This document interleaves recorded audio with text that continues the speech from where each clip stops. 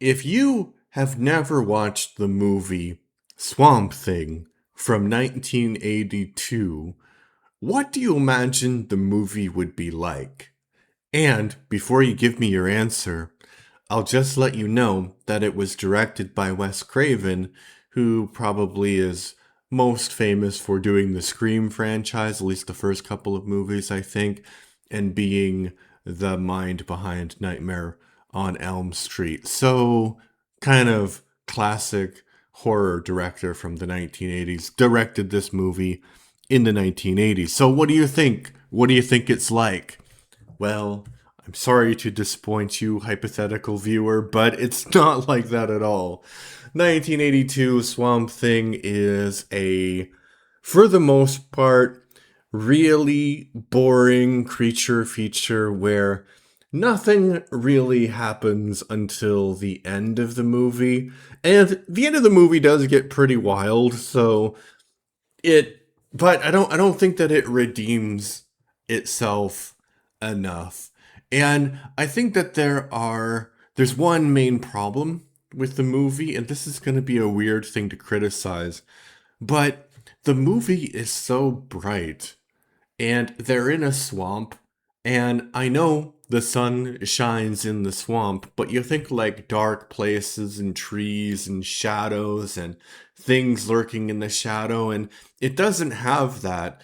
And I think it's not like remarkably bright by the standards of movie making at the time. They just filmed it during the day and the sun was out. Now, even like really optimistic films are not that bright. They don't have that level of color saturation. So that kind of doesn't really work well with the theme of the movie. What is the theme of the movie? I guess the theme of the movie is like, you shouldn't play God or whatever. But if I actually talk about the plot, it's going to be wild and it doesn't make any sense. Not even wild, it's like a plot that doesn't make any sense. So there's like this scientist who gets killed, and this other scientist, played by the female lead, she needs to replace him, named Cable. And as she comes into this research station, which is in the middle of the swamp, she gets introduced to everything that's going on. She gets introduced to this one guy, and what is that guy's name? I don't know. I don't remember. I didn't really care about this movie. Um, his name, yeah, was Alec Holland. And Alec Holland is working on this project with his sister in this swamp because they want to create plants that are have like an animal aggression sort of thing, which doesn't make any sense. But anyway, his sister, this is important for the plot. His sister makes a breakthrough and creates this sort of like green goop, and she accidentally spills it on the floor. And Alec notices that where she spilt it, things are growing. And then they get interrupted because some terrorists come in and they're trying to steal this formula. And they basically shoot Alex's sister, and he runs away with this formula. He trips, he catches on fire, and then he jumps in the swamp. There's an explosion, and then he becomes the Swamp Thing. We don't see that later, but we don't see that at this moment, but we see it later.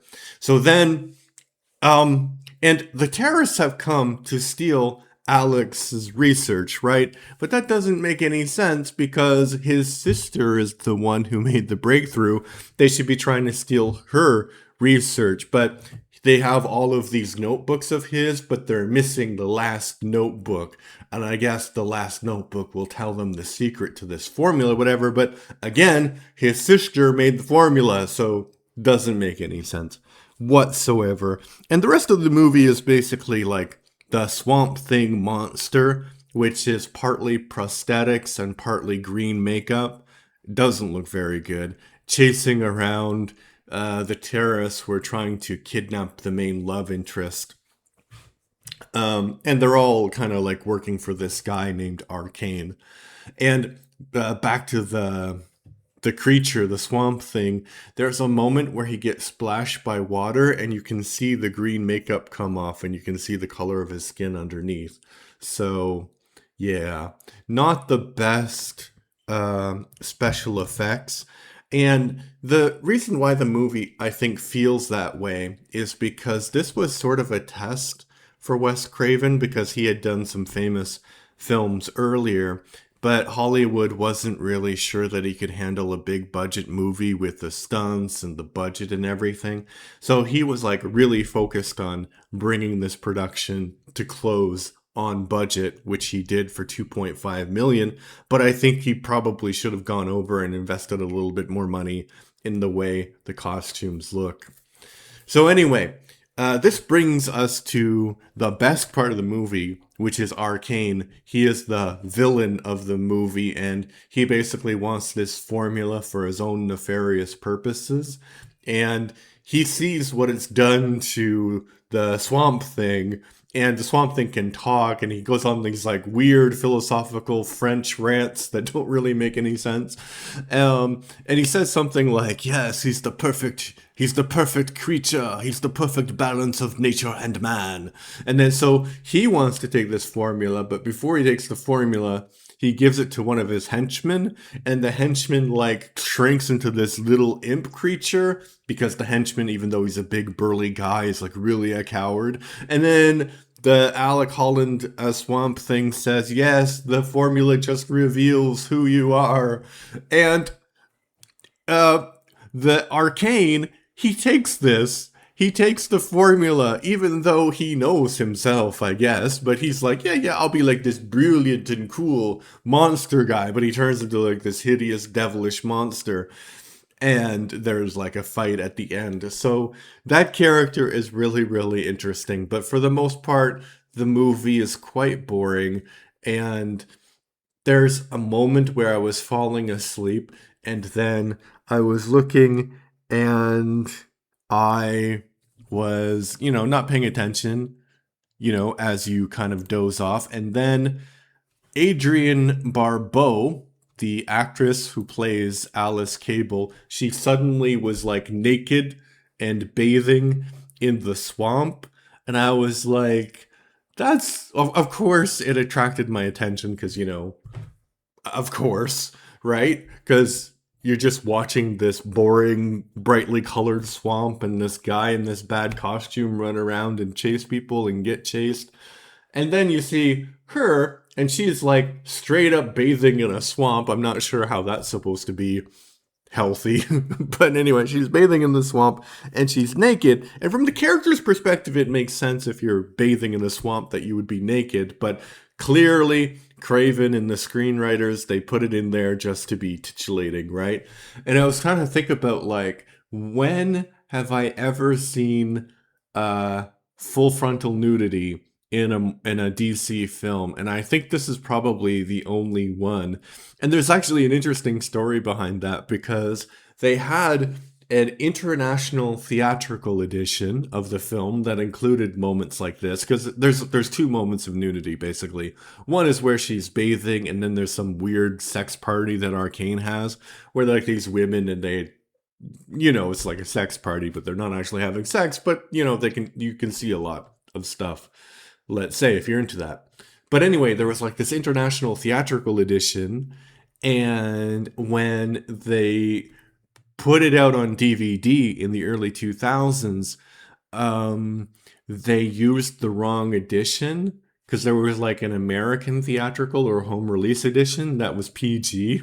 So basically, they put this into Blockbuster, and then families were like, "Oh yeah, we'll watch this movie, no nudity whatsoever," and then you see that, and they were quite surprised by that, which is wild. And the crazy part is that the movie, it wasn't really successful in the cinema, but the rentals, the home video rentals, really made it a hit so that there was a sequel. And I think probably the reason, well, I don't know, I think maybe there are two reasons why it ended up becoming a hit.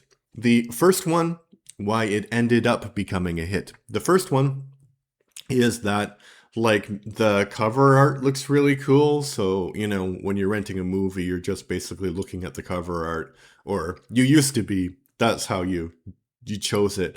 You looked at the cover art for a few minutes, you looked over at the description, you're like, yeah, I'll check that out. So that's probably the one thing. And the other thing is video rentals were not some like obviously there were age restrictions, but you could get around them if you were a teenage boy. So basically, probably teenage boys found out about the scenes, but they weren't even in there. Maybe there was a rumor that there was like nudity and teenage boys were renting the movie to see the nudity. I don't know.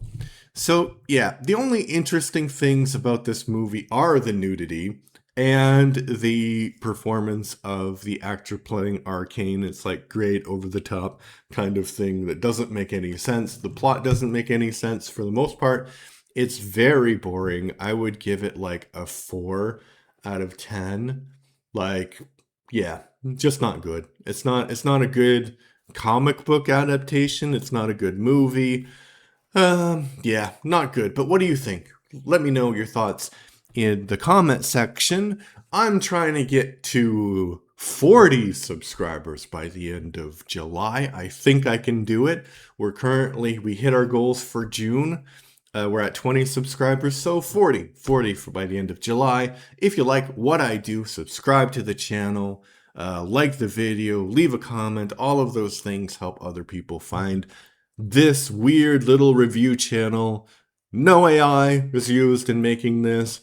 I don't even write the scripts because I'm on this weird thing where I'm trying to be the most prolific reviewer of all time. So obviously I don't have time to be polished. So this is 100% human. So if you support that kind of thing, uh, you know, do what you do, subscribe and all that stuff. All right. Thanks. Bye bye.